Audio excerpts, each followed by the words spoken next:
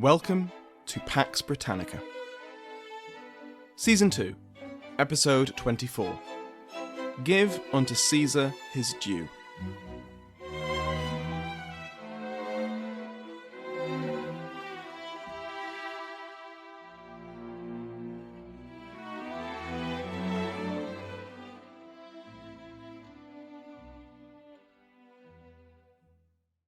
Welcome back to Pax Britannica. I'm your host, Samuel Hume. Last time, we saw how both royalists and parliamentarians staked out their claim to the moral high ground as England drifted towards civil war. Charles I and his supporters, notably his chief wordsmiths, Sir Edward Hyde, Viscount Falkland and Lord Culpeper, made a strong case based on tradition and moderation. They admitted that there had been some mistakes made during the personal rule, but that these had now been rectified by the work already completed by Parliament. Now, the king was making his stand against the radicalism of those MPs and peers who still remained in London under the sway of the revolutionary and puritanical junto. Royalism stood for the fundamental laws of England, the traditional order, the Church of England as it currently stood, bishops and all. Parliamentarian publications, including declarations made from both Houses of Parliament and published, as well as private pamphleteers like the lawyer Henry Parker, also argued that they were defending the rule of law, the fundamental laws of England, and the rights of the sovereign. They just differed on where the rule of law emanated from and what rights the sovereign had. They separated the person of Charles Stuart and the person of Charles I, King of England, Ireland and Scotland. No matter what the man Charles Stuart said or did, Charles I's will and authority was expressed through the institutions of England, which Parliament presided over. There was an appropriate way to govern the kingdom, and it was through these institutions, not through the arbitrary whims of one man, no matter how regal. This propaganda war took place as both sides prepared themselves for a military confrontation, each attempting to sway communities, towns and counties to their side, and to bring their militias and resources with them. The last significant attempt to broker peace was the 19 Propositions. As we discussed last time, while they might have been a possible route to avoid conflict, after several redrafts by the hardline junto, what emerged for the king's consideration was essentially the terms of his surrender. He would have to sacrifice most of his authority over the military and over his Privy Council, and Parliament would gain significant powers of veto over many of his appointments and policies. Charles's response was equally uncompromising, highlighting the danger of the parliamentarian agenda to the traditional order of English government and the threat it posed to ordinary Englishmen. I'll continue to use royalist and parliamentarian for simplicity's sake, but it's important to note that these terms aren't entirely accurate or monolithic blocks of loyalty. The vast majority of those supporting Parliament at this point believed that England needed a monarchy, just as the royalists did. They just differed on how and how much that monarchy should be regulated.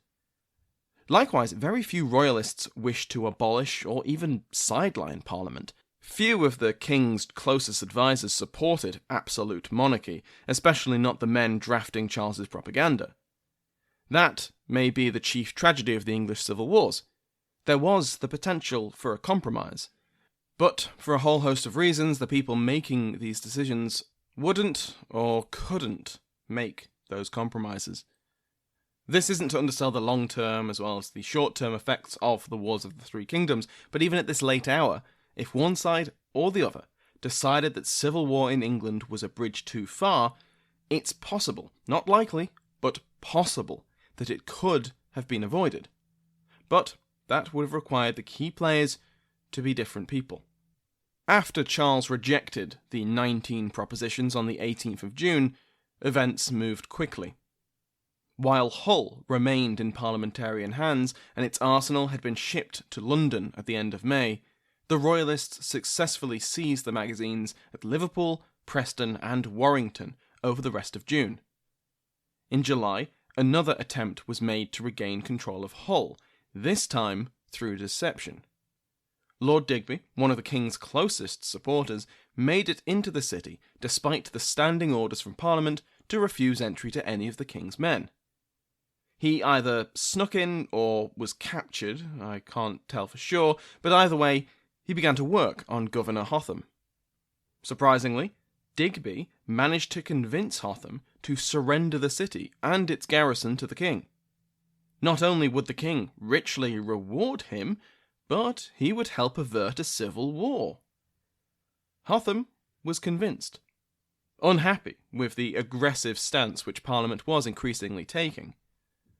All the royalists needed to do was perform a little play acting. And so, Charles made a grand show of besieging Hull. A force of 3,000 infantry and 1,000 cavalry moved into a nearby village and began the performance. Fields to the north of the city were flooded, and a royalist raiding force put the suburbs outside the walls of the city to the torch and began to set up their artillery. This marks the first military action of the First English Civil War, as it appears that this was the point where Hotham changed his mind yet again. The plan had been that once the royalist forces took their positions for a siege, Hotham would, quote, think he had discharged his trust to the Parliament as far as he ought to do. But once the royalists did their part, rather than bowing to the inevitable and opening the gates to the king as had been planned, Hotham ordered that the defences be manned and ordered his own guns to fire on the besiegers. Then John Meldrum, a Scot who had served under Gustavus Adolphus but now sided with the English Parliament, sallied from the gates, ambushed the approaching column of 3,000 men, destroyed the artillery batteries, and forced the royalist force away from the city. Meldrum had arrived just in time. Parliament had sent him by ship to reinforce the garrison, and their governor's will, as they'd correctly judged that Hotham was wavering in his loyalty to Parliament. Meldrum arrived with reinforcements, some 1,500 men, and stiffened Hotham's resolve, as well as leading the sallying we mentioned before. Meldrum would go on to conduct a night raid on the royalist siege camp in the village nearby. He forced them to abandon more than a dozen artillery pieces as they fled. One of these pieces was a 36-pound mortar, nicknamed the Queen's pocket pistol.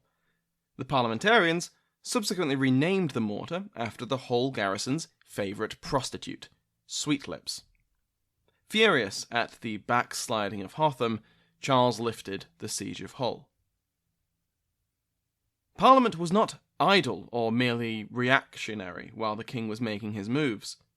The first thing they needed to do was improve decision-making, because even with the reduced attendance of Parliament, it was a large, unwieldy body. It would be no good for actually fighting a war. An executive was needed to actually run the war, which everyone knew was imminent. And so was born the Committee of Safety. This body was established on the 5th of July and was made up of 5 peers and 15 MPs. Their names will be very familiar to us by now, but don't worry about remembering all of them. The peers were the Earls of Essex, Holland, Northumberland, Pembroke, and Viscount Say and Seal.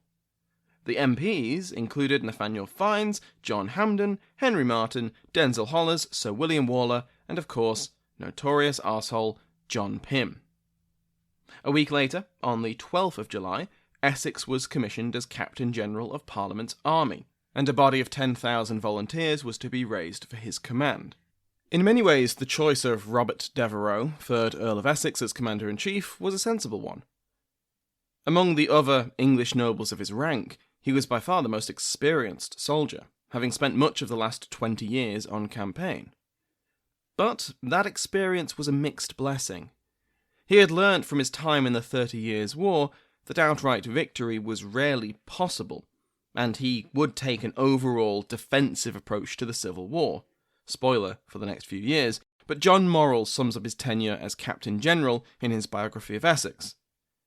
Essex was Captain General of the English Parliament's forces for 30 months. In that time, he did not win a single battle outright, But he did not lose a pitched battle outright either. He was meticulous in planning his campaigns, technically correct, and effective in carrying out military maneuvers, forced marches, sieges, battlefield dispositions, but such caution made him slow, and technical effectiveness also made him predictable. He never took his enemies by surprise. His experience of the 30 Years' War made him pessimistic about the possibility of knockout blows, gloomy about the prospects of keeping poorly paid and supplied bodies of men together for a sustained campaign, determined to see the war in defensive terms, and constantly seeking to promote the deadlock out of which he and others could squeeze a negotiated settlement. And he craved absolute power as general over all other commanders and over the peace process." End quote. Alongside today's episode, patrons of the rank of Earl and above will have an exclusive biography of the Earl of Essex's life before he becomes Captain General. It goes into more detail about his military experience, but also helps explain why Essex found himself going to war with his king. There's a personal element to all of these events, but no more so with Essex. His troubled history with the Stuart court — he once beat Prince Henry with a tennis racket — meant he was always among their critics in Parliament. Anyway, in his new position as Captain General, Essex gathered a lifeguard and officer corps of serious potential. Aside from the sons of his fellow peers, Essex was still a firm believer in the right of noble command. He also valued experience on the continent, and so other men of lower social station were raised up. And when I say these men had potential, they will achieve it. More than one of Cromwell's future major generals found themselves at Essex's side in the summer and autumn of 1642, along with men like Henry Ireton and Edmund Ludlow. But where was Essex getting his armies? From his sleeveys, of course, but also from the London trained bands. The capital's militia was by far the largest and best equipped of England's militias, which isn't surprising considering London was by far the largest and richest city. It was also, by and large, firmly on the side of Parliament, though of course there were exceptions. Essex also drew heavily from the county militias of Surrey and Middlesex, and when he marches out to war, he'll collect more recruits from the towns he passes by. For his part, Charles's army also drew from militia forces across the north, but he could also rely on a relatively high number of professionals from the Continental War, not least his nephews, the Princes Rupert and Maurice of the Rhine, who had spent most of their lives in the war that their father had sparked when he accepted the Bohemian crown. Throughout the rest of July and August, the preparations for war continued, as both sides raced to take control of as many strongpoints and arsenals as they could. On the 2nd of August, Colonel George Goring, Governor of Portsmouth, who had returned to the key port with Parliament's blessing in January, switched sides. He now declared for the king, and brought the wrath of the Earl of Warwick, Admiral of the Fleet, down on the city a week later. The Royal Navy blockaded the port, while parliamentary troops cut off the town by land after capturing Port's Bridge. Portsmouth had become key to Charles's plans, as the best place for foreign troops to land to help him. Foreign troops weren't on the way, but Charles hoped that one day that would change, and Portsmouth would be ideal. But, to jump ahead a month, after the capture of the Isle of Wight, and after almost a month of blockade and siege, Colonel Goring would surrender the town to Parliament before fleeing to the Netherlands. On the 8th of August, the Earl of Northampton seized the munitions held at Banbury for Charles, and a week later, a little-known MP and newly minted cavalry officer called Oliver Cromwell took control of the Cambridge magazine for Parliament. On the 12th, Parliament strengthened its hold on London with the arrest of the Mayor of London, a known royalist, and on the 21st of August, Dover Castle was surprised and captured for Parliament.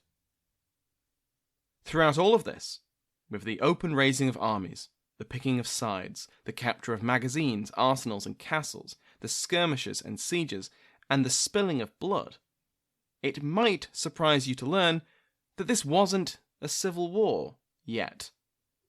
Because despite everyone knowing that, short of a miracle, a compromise between king and parliament wasn't going to happen, and this constitutional crisis was going to be resolved through war, neither side had taken the final step of actually declaring war on the other. That was about to change. Early in August, Charles left York at the head of his army. He wound his way south, sending out orders to his supporters to gather at Nottingham. He passed through Doncaster, Newark, and Leicester, to a decidedly mixed reception until he reached the walls of Coventry. Here, instead of being begrudgingly welcomed, he was outright denied access. This was as far south as Charles's Hearts and Minds tour would go. Now he rode straight to Nottingham to meet with his supporters. It was at Nottingham, on the 22nd of August, in the pouring rain, that he ordered his standard be raised. The raising of the royal standard, complete with its legend, "Give unto Caesar his due," was the declaration of war that everyone had been expecting and dreading for more than half a year. Never mind that the standard itself was drenched in rain and blown over into the mud by the wind. The intent was unmistakable. England was now in civil war.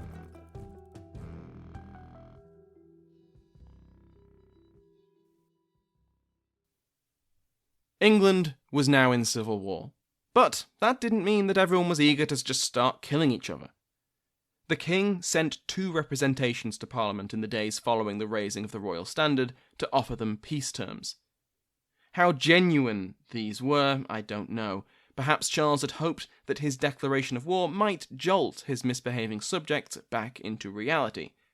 Proof that he was not backing down, that this debate was not going to be solved in pamphlets, but on the battlefield. Regardless, Parliament refused the offers. They were prepared to stand their ground. They had been preparing for this for months.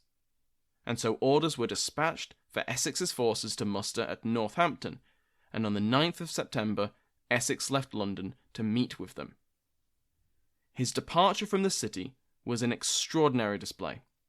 He was like a conquering hero, or rather he was expected to be a conquering hero by the cheering crowds who mobbed his carriage and wished him well.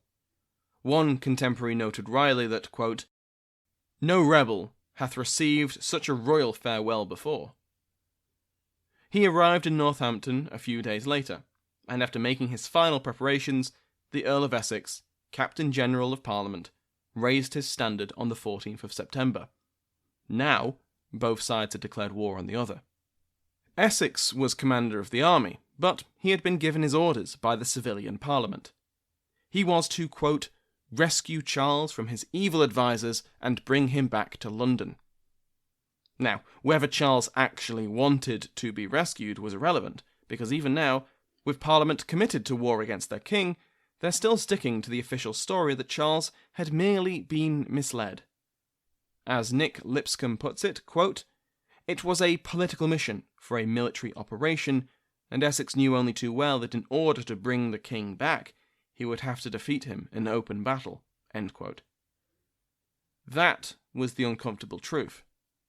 No matter how far they stretched the myth of the evil counsellor, and it was seriously fraying at this point, the parliamentary officers knew they were marching to fight their sovereign on the battlefield. No matter how convincing the pamphlet, it's hard to argue that this wasn't the definition of treason.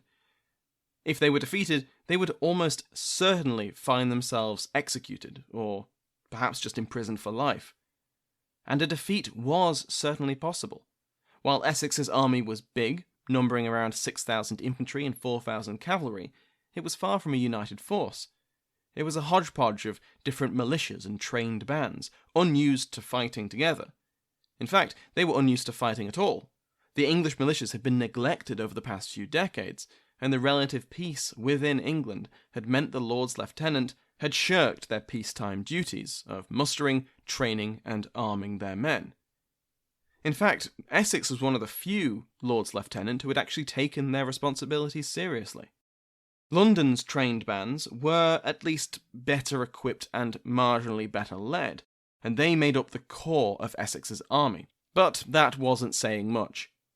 The silver lining was that the king was also relying on poorly trained and ill-disciplined militias.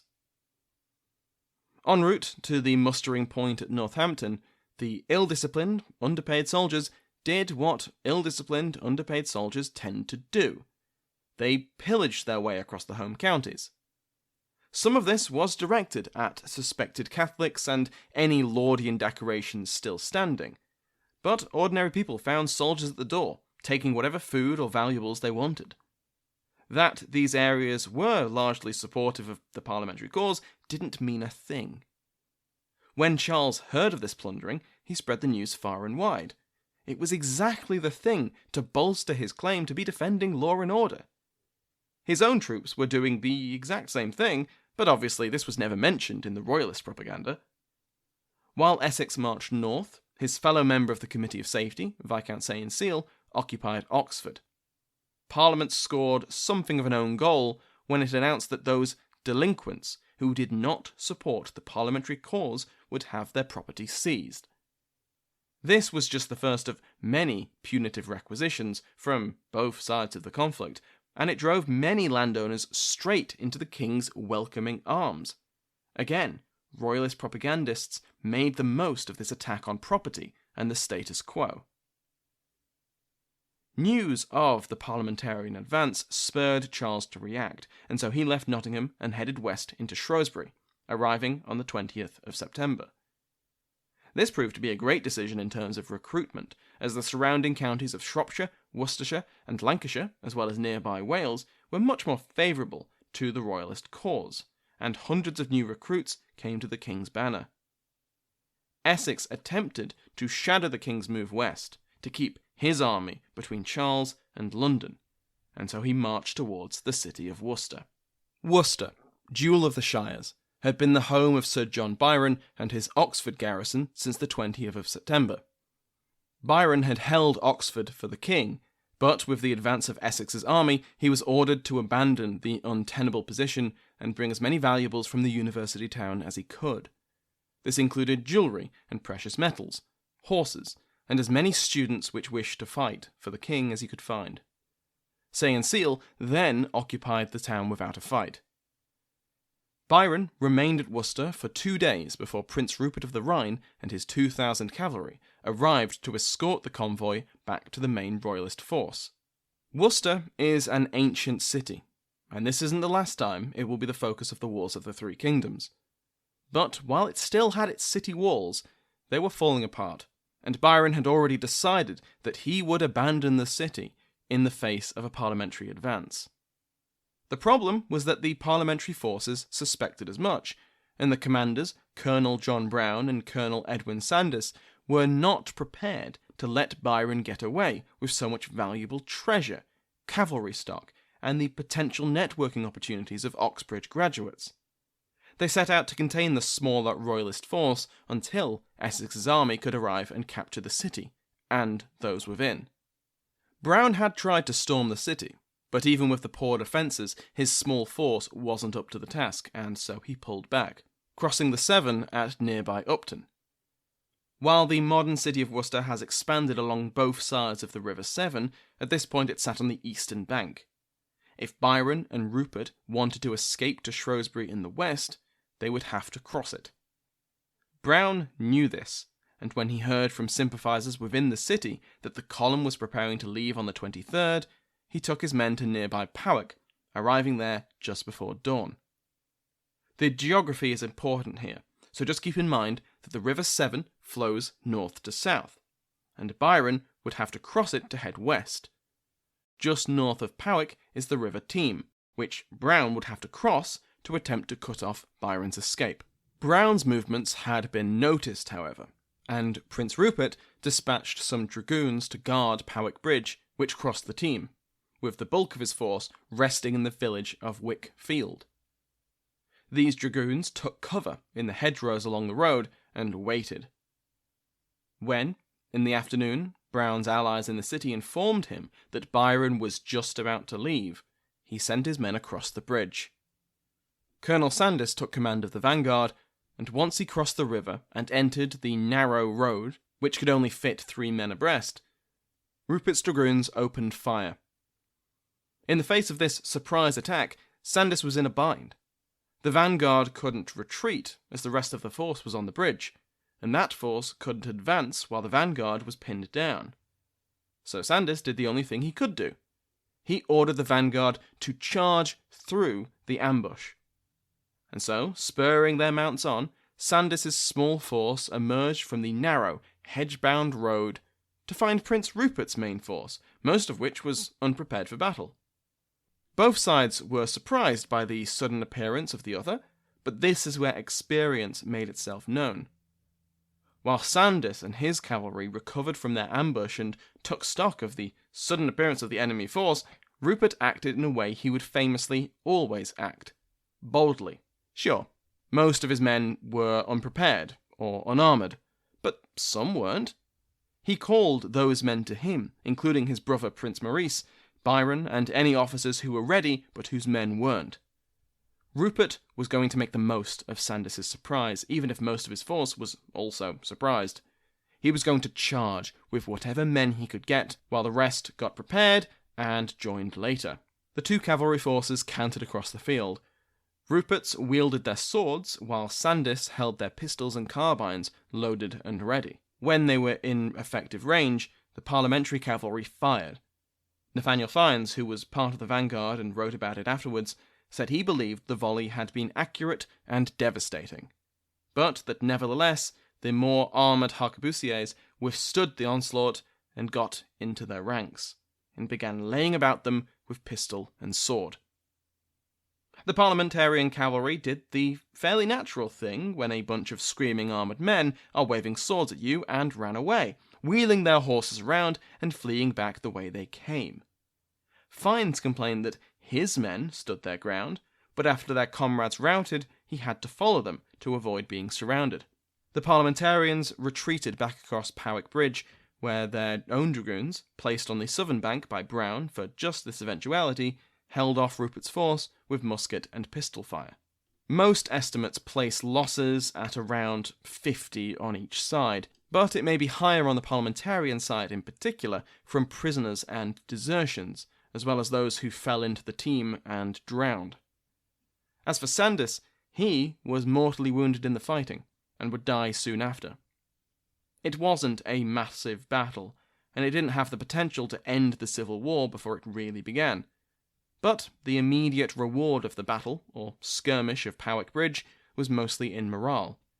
In the first real fight since the declaration of war, the Royalists had won. Prince Rupert had begun to build his reputation in England for his talents as a cavalry officer, and for his love of charges. For the parliamentarians, they had lost Sandys and a few other officers, including 3 Scots, to capture. When the fleeing cavalry kept right on fleeing across the Severn, they met with Essex's lifeguard, and put the fear of God, and Prince Rupert's horse, in them. So they ran away as well. This was despite the fact that Rupert never crossed the team, and was, at that point, escorting Byron's column out of Worcester. Once Byron and Rupert reached Shrewsbury, they brought with them not only the valuables of Oxford and the good news of victory, but also options. Charles knew where Essex's army was, as Worcester had been occupied by Essex the day after Powick Bridge. The king could march against the main parliamentary force. If he could destroy that, that would be a potentially Civil War-ending battle. The alternative Civil War-ending move would be to bypass Essex entirely, to march straight on London, to capture the city and win the war that way.